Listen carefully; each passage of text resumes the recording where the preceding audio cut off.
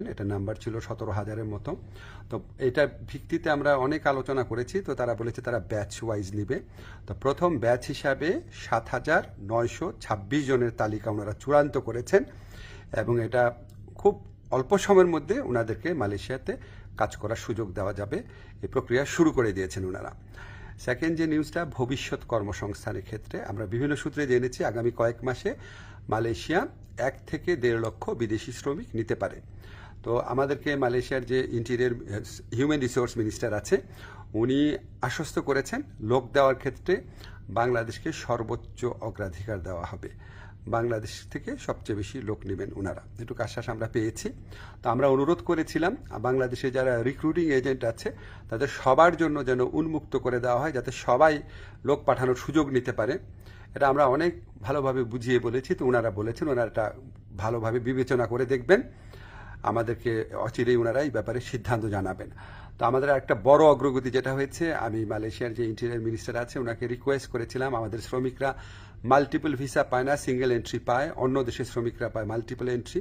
তো এটা নিয়ে বেশ কিছুক্ষণ কথা হয়েছে। উনি আমাদেরকে শুধু প্রতিশ্রুতি দেন নাই, ওনার সাথে যারা কর্মকর্তারা ছিল তাদেরকে এই ব্যাপারে দ্রুত পদক্ষেপ নেওয়ার জন্য নির্দেশ দিয়েছেন।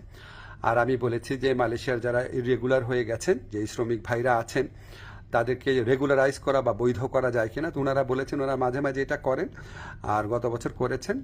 আর ওনারা বলেছেন যে যাদের পাসপোর্ট এক্সপায়ার্ড হয়ে যায়, ভিসা এক্সপায়ার্ড হয়ে যায়, তাদের ক্ষেত্রে এটা হয়তো করা সম্ভব হবে না। তখন আমি বলেছি দেখেন অনেক সময় আছে যে মালিকের গাফলতির কারণে বা মালিকের ত্রুটির কারণে এটা হয়, তো সেগুলি আলাদাভাবে বিবেচনা করা যায় কিনা ওনারা প্রতিশ্রুতি দিয়েছেন, ওনারা এটা বিবেচনা করে দেখবেন।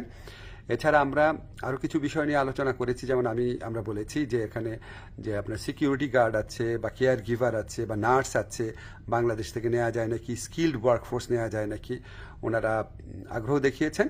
এ ব্যাপারে আমাদের আলোচনা অব্যাহত থাকবে।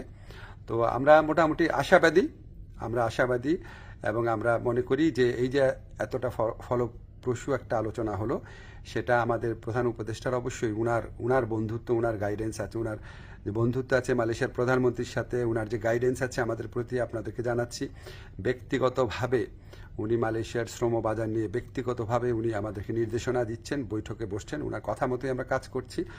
আর আমাদের এখানে প্রধান উপদেষ্টার যে স্পেশাল এনভয় আছে লুৎফে ভাই, উনি আলোচনায় অংশ নিয়েছেন, অনেক অবদান রেখেছেন।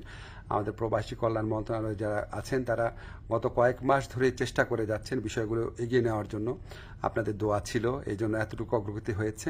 আপনারা দোয়া করবেন আমরা যেন মালয়েশিয়া যারা শ্রমিক ভাই আছে বা যারা আসতে চান তাদের জন্য সত্যিকারের কল্যাণকর কিছু করতে পারি। ধন্যবাদ আপনাদের সবাইকে।